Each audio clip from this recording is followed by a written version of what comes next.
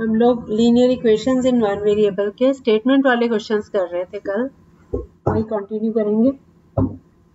अगला क्वेश्चन है find two numbers such that one of them exceeds the other by 9 and their sum is 81। इसकी equation बनाने की कोशिश करो। आपने दो नंबर्स फाइंड करने हैं, ऐसे नंबर्स जिनमें एक दूसरे से 9 ज्यादा हो, एक्सीड्स मतलब ज्यादा हो, और उन दोनों का सम 81। क्या है अनमोल? यस सुशांत, आपका भी सही है। आपका भी आ गया, very good. Yes very good. हमारा क्वेश्चन था दो नंबर्स फाइंड करने हैं इस तरह से कि एक नंबर दूसरे से 9 एक्सीड करे, मतलब 9 ज्यादा हो। तो एक नंबर अगर x मान ले तो दूसरा x प्लस 9 और दोनों का सम 81। तो ये इक्वेशन आ गई x plus 9 is equal to 81। तो ये बन गया x प्लस एक्स 2x हो गया, 9 उधर जाके माइनस हो गया, 81 माइनस 9 किया तो 72 आया। अब x इज इक्वल टू 72 और इसको 2 से डिवाइड कर दो, 2x का 2 उधर चला जाएगा, ये कटिंग करके आ गया 2 इंटू 36 72 होता है, तो 36 आ गया एक नंबर। अब एक नंबर x था और दूसरा था x प्लस 9, तो सेकंड नंबर है 9 प्लस 36, ये आ गया 45। तो हमारा आंसर है 36 और 45। इजी था ना? नेक्स्ट क्वेश्चन करो, find a number which when multiplied by 5 is increased by 80। ऐसा नंबर फाइंड करो जिसे 5 से गुना किया जाए तो वो 80 बढ़ जाए। Find a number which when multiplied by 5 is increased by 80।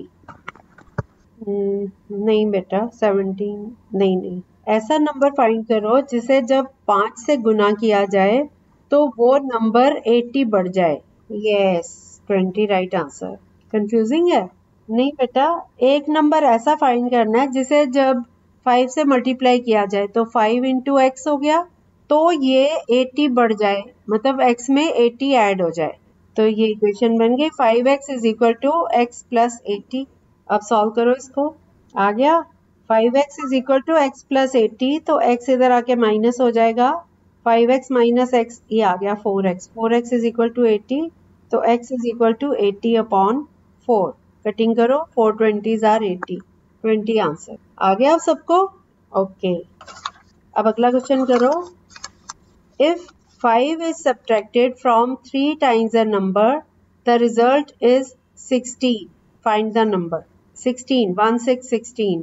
If 5 is subtracted from 3 times a number, the result is 16. Find the number. अगर 3 टाइम्स ए नंबर में से 5 को सब्ट्रैक्ट किया जाए तो इसका रिजल्ट है 16 इज इक्वल टू 6। यस, सब बच्चे कर लो। आ गया 5 is subtracted from 3 times A number means 3x minus 5, the result is 16, मतलब इज इक्वल टू 16। तो 3x में से 5 माइनस कर रहे हैं, 5 को उधर ले जाओगे तो प्लस हो जाएगा, 16 प्लस 5 21। अब 3 21 से डिवाइड हो जाएगा, तो ये 3 7s are 21। आ गया आप सबका? अगला क्वेश्चन करो। नेक्स्ट क्वेश्चन है, the sum of ages of father and his son is 75 years। If the age of the son is 25 years, find the age of the father. Father और son दोनों की as का सम है 75। अगर सन की as 25 years है तो फादर की कितनी होगी? x लगा के करो इसको। कितना आया? Age of son 25, sum of two ages. Suppose कर लो फादर की एज है x years, तो x plus 25 is equal to 75। 25 उधर जाके माइनस हो गया, तो 75 माइनस 25 इज 50। तो फादर की एज आ गई 50 years। अगला क्वेश्चन करो। अब एज रिलेटेड ही क्वेश्चंस करवाती हूँ थोड़े से। Rahim's father is 3 times as old as Rahim. If sum of their ages is 56 years, find their ages. Rahim's father is 3 times as old as Rahim. If sum of their ages is 56 years, find their ages. Yes, right. Yes, 42. Right answer. आया सबका? कर लो। Yes. रहीम की father की as जो है वो रहीम का 3 times है, तो सपोज कर लो रहीम x ईयर्स है, तो उसके फादर हो गए 3x ईयर्स। दोनों का sum x plus 3x is equal to 56। 4x is equal to 56, तो x is equal to 56 upon 4, ये आ गया 14। तो रहीम की एज आ गई 14 ईयर्स और फादर की हो गई 3 टाइम्स रहीम एज, 3 इंटू 14, तो ये आ गया 40। ठीक है, अगला क्वेश्चन करो। मोना's father is thrice as old as Mona. After 12 years, he will be just twice his daughter. Find their present ages. Mona's father is thrice as old as Mona, 3 times. After 12 years, he will be just twice his daughter. 12 साल बाद father भी 12 साल बड़े होंगे और बेटी भी, तो उसके बाद वो ट्वाइस हो जाएंगे। आपने दोनों की प्रेजेंट एज निकालनी। हाँ, 12 और फादर की, यस 36, यस वेरी गुड। उसमें हमने क्या करना था, फादर इसकी सपोज कर लो मोना की एज है x ईयर्स प्रेजेंट एज और फादर की है 3x, थ्राइस है ना। आफ्टर 12 ईयर्स, अब 12 ईयर्स में मोना भी 12 ईयर्स बड़ी हो गई और फादर भी 12 ईयर्स बढ़ गए है ना, तो मोना की एज में भी 12 ऐड कर दो और फादर में भी 12 ऐड कर दो, तो ये हो गया x प्लस 12 और 3x प्लस 12। अब जो फादर की एज है वो मोना क्या ट्वाइस हो जाएगा, तो फादर की age 3x plus 12 is equal to 2 times x plus 12। इसको ओपन करो तो ये राइट साइड हो गई 2x प्लस 24। 2x को इधर लाओ, 3x में से माइनस किया तो x आ गया, 12 को उधर जाके 24 में से माइनस करो तो ये आ गया 12। तो मोना की प्रेजेंट एज आ गई 12 ईयर्स और फादर की आ गई 3 इंटू 12, 36 ईयर्स। ठीक है, अब अगला क्वेश्चन करते हैं। A sum of rupees 8,400 is made up of 50, 20, 10 and 5 rupee notes. The number of 10 rupee notes is 5 times the number of 5 rupee notes, 4 times the number of 20 rupee notes and 10 times the number of 50 rupee notes. What is the total number of notes in each denomination? इसको या तो आप note करो साथ साथ, ठीक है, note कर लो इसको। टोटल मनी 8,400, ठीक है, 8400 रुपए हैं। उसमें 50 रुपए वाले नोट भी हैं, 20 वाले भी हैं, 10 वाले भी हैं और 5 वाले भी हैं। और हमें दिया हुआ है कि number of 10 rupee notes is equal to 5 times the number of 5 rupee notes और 4 times the number of 20 rupee notes और 10 times the number of 50 rupee notes. सारा रिलेशन जो है वो 10 रुपी नोट का दिया हुआ है, तो हम सपोज कर लेंगे 10 रुपी नोट्स x है, तो 50 रुपी नोट्स हो गए x अपॉन 10, 20 रुपी नोट्स हो गए x अपॉन 4 और 5 रुपी नोट्स हो गए x अपॉन 5। अब value of x 10 rupee notes is 10 into x और value of x upon 10 50 rupee notes 50 into x upon 10, इस तरह से करना है। कर लोगे? हाँ, 20 वालों की हो गई x अपॉन 4।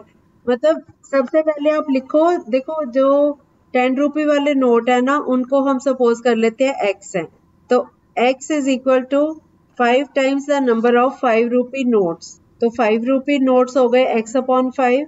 इसी तरह से 20 रुपी नोट्स हो गए x अपॉन 4 और 50 रुपी नोट्स हो गए x अपॉन 10। हाँ, इन सारों का जोड़ 10x plus 5x plus 5x plus x। जब आप इनको मल्टीप्लाई करोगे ना, x को 10 से मल्टीप्लाई करो, x अपॉन 10 को 50 से मल्टीप्लाई करो, x अपॉन 4 को 20 से मल्टीप्लाई करो और x अपॉन 5 को 5 से मल्टीप्लाई करो, तो जो जो आएंगे उन सबको ऐड करो, दैट इज इक्वल टू 8,400। हाँ, अभी समझा दे। देखो हमारा क्वेश्चन था 8,400 रुपीज टोटल मनी है, इसमें 50 रुपए के नोट भी हैं, 20 रुपए के भी, 10 रुपए के भी और 5 रुपए के भी। और हमें कहा गया कि नंबर ऑफ 10 रुपी नोट्स, सिर्फ 10 रुपी नोट्स के बारे में बात की है, उसका रिलेशन बताया बाकी नोट से। तो हम सपोज कर लेते हैं कि 10 रुपी वाले x नोट हैं, तो ये x is equal to 5 times the number of 5 rupee notes. तो 5 रुपी के जो नोट्स हैं वो कितने हो गए, x अपॉन 5। इसी तरह से 20 रुपी के नोट्स हो गए x अपॉन 4 और 50 रुपी के नोट्स हो गए x अपॉन 10। ठीक है, अब value of x 10 rupee notes is equal to अब 10 रुपीज वाले x नोट्स हैं तो टोटल मनी कितनी होगी 10 इंटू एक्स 10x। इसी तरह से x अपॉन 10 50 रुपी नोट्स की कितनी वैल्यू हो गई 50 से इसको मल्टीप्लाई कर दो 50 इंटू एक्स अपॉन 10 ये कितना आया 5x। Very good very good. तो ये 5x आ गया। और इसी तरह से x अपॉन 4 20 रुपी नोट्स हैं तो x अपॉन 4 को 20 से मल्टीप्लाई करो कितना आया यस ये भी 5x। ये भी 5x आ गया। अब हम फाइंड करेंगे value of x upon 5 rupee notes. x upon 5 को 5 से मल्टीप्लाई करो x आ गया है ना आ गया ना यहाँ तक। अब इन चारों को ऐड करो 10x plus 5x plus 5x plus x is equal to 8400। अब इनको ऐड करो 10 प्लस 5 15 15 प्लस 5 20 20 प्लस 1 21x। तो 21x is equal to 8400। x is equal to 8400 divided by 21। इनकी कटिंग करो तो 400 आ गया। तो नंबर ऑफ 10 रुपी नोट्स आ गया 400। 50 रुपी के कितने नोट्स थे x अपॉन 10 400 को 10 से डिवाइड करो 40 आ गया। इसी तरह से 20 रुपी के नोट्स थे x अपॉन 4 400 को 4 से डिवाइड करो तो 100 आ गया। और 5 रुपी के नोट थे x अपॉन 5 तो 400 अपॉन 5 करो 80 आ गया। अब समझ आ गया ये आंसर्स आ गए। टोटल क्या नोट तो गिनने ही नहीं है हमने नंबर ऑफ नोट्स अच्छा number of notes in each type ये फाइंड करना था। ठीक है अगला क्वेश्चन करो।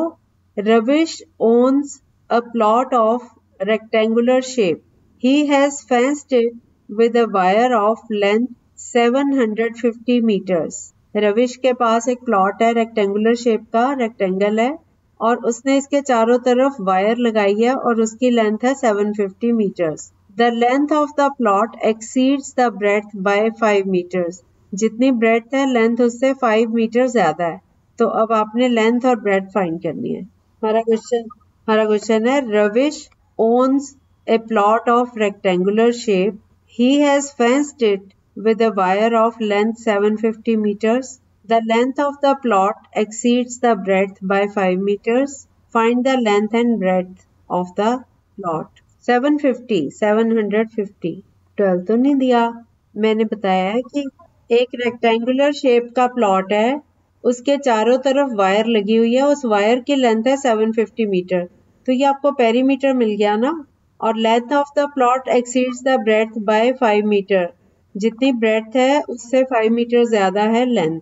आप लेंथ निकाल लो x की फॉर्म में ब्रेड्थ निकाल लो और उसका फॉर्मूला लगा दो फेंसिंग का। पेरीमीटर का फॉर्मूला याद है यस 2 इंटू ब्रैकेट में l plus b bracket closed is equal to 750। नहीं बेटा नहीं अब ध्यान से सुनो हमारे पास नहीं सुनो अब ध्यान से सुनो कैसे करना है इसको। हमें लेंथ और ब्रेड्थ का क्या रिश्ता है आपस में। जो ब्रेड्थ है वो x मान लेंगे और लेंथ जो है वो उससे 5 मीटर ज्यादा है तो length is equal to x plus 5। ठीक है अब पेरीमीटर का फॉर्मूला आता है 2 इंटू ब्रैकेट में l plus b bracket closed is equal to perimeter. तो 2 इंटू l कितना है x प्लस 5 और ब्रेड्थ है x तो 2 इंटू ब्रैकेट में x plus 5 plus x bracket closed is equal to 750। अब 750 इसको ब्रैकेट को ओपन कर दो ब्रैकेट के अंदर x प्लस x हो गया 2x प्लस 5 और 2 को 2x से मल्टीप्लाई करो 4x प्लस 2 को 5 से मल्टीप्लाई करो 10 और अगर आप 2 को दूसरी साइड ले जा रहे हो तब भी निकल आएगा। 750 को 2 से डिवाइड करो तो 375 आया और अब ये 5 उधर जाके माइनस हो जाएगा तो 370 हो गया और फिर 370 को 2 से डिवाइड करो तो ये आएगा 185। तो 185 है एक लेंथ ये आ गई ब्रेड्थ और लेंथ आएगी इसमें 5 ऐड कर दो 190 तो 190 मीटर्स है लेंथ और 185 है ब्रेड्थ। आया था किसी का ये आंसर। ओके चलो अब पता चल गई ना मिस्टेक।